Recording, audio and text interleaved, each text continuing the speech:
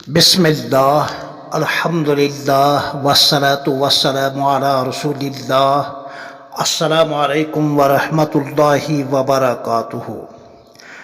دارالعلوم دیوبند کیا ہے اور اس کا مسلک اور مشرب کیا ہے، اختصار کے ساتھ سماعت فرمائیں مختصر قسطوں میں۔ قسط نمبر 1، حضرت حکیم الاسلام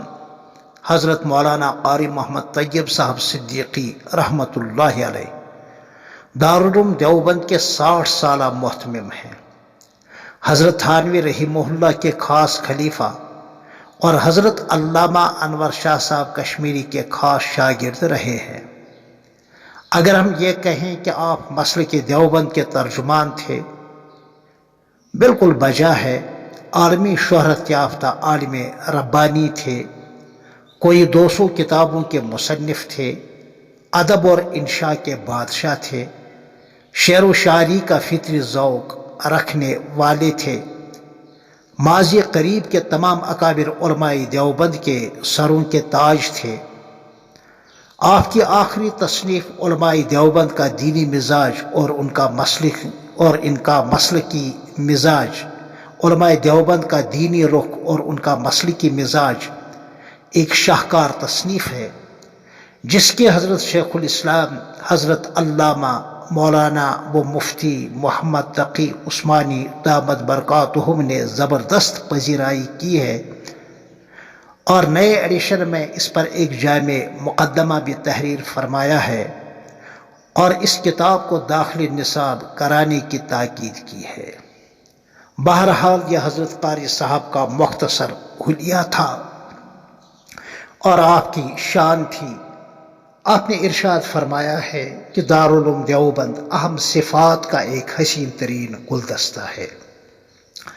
دارالعلوم دیوبند دیناً مسلم ہے، فرقتاً اہل سنہ والجماعہ ہے، مذہباً حنفی ہے، مشرباً صوفی ہیں، کلاماً ماتریدی و اشعری ہیں، سلوکاً چشتی بلکہ جامع سلاسل ہیں، فکراً ولی اللہ ہیں، اصولاً قاسمی ہیں، فروعاً رشیدی ہیں، نسبتاً دیوبندی ہیں۔ بحوالہ ماہنامہ ترجمان دیوبند، فروری 2001 عیسوی۔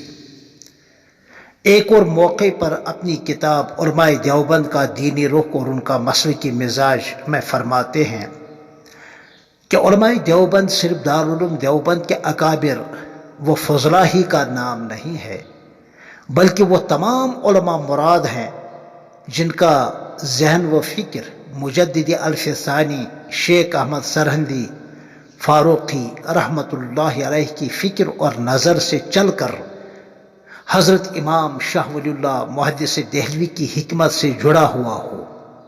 اور بانیان دارالعلوم دیوبند یعنی حضرت مولانا محمد قاسم صاحب نانوتوی،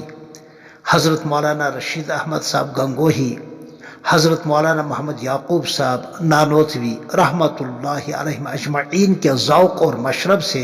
وابستہ ہو، خواہ وہ علماء دارالعلوم دیوبند ہوں یا علماء مظاہر العلوم سہارنپور ہوں یا پھر علماء مدرسہ شاہی مراد آباد ہوں، چاہے وہ ہند و پاک میں ہوں یا یورپ و ایشیا میں، افریقہ اور امریکہ میں، یہ سب کے سب علماء دیوبند کے عنوان کے نیچے آتے ہیں اسی کتاب کے حوالے سے۔ حضرت حکیم الاسلام قاری محمد طیب صاحب رحمہ اللہ یہ الفاظ آب زر سے لکھے جانے کے قابل فرما گئے ہیں کہ اگر لارڈ میکالے انگریزی مورخ اور ہندوستان میں وزیر تعلیم نے یہ کہہ کر اپنا نظام تعلیم ہندوستان میں پھیلایا جب انگریزوں کا تسلط یہاں ہوا کہ ہماری اس تعلیم کا مقصد ایسے نوجوان پیدا کرنا ہے جو رنگ اور نسل کے لحاظ سے ہندوستانی ہوں اور روح اور فکر کے لحاظ سے انگلستانی ہو، تو بانی دارالعلوم دیوبند حضرت مولانا محمد قاسم صاحب نانوتوی رحمہ اللہ نے دارالعلوم دیوبند کی بنیاد ڈالتے ہوئے زبان حال سے یہ عملی صدا بلند کی کہ ہماری تعلیم کا مقصد ایسے نوجوان تیار کرنا ہے جو رنگ و نسل کے اعتبار سے ہندی و سندھی، ایرانی و افغانی، خراسانی و ترکستانی ہوں، لیکن روح اور فکر کے اعتبار سے خالص اسلامی ہوں، بہواڑے مثالی شخصیات و مقدمہ سوانح حیات۔ پھر ملتے ہیں اسی عنوان سے انشاءاللہ، تب تک کے لیے السلام علیکم ورحمۃ اللہ وبرکاتہ۔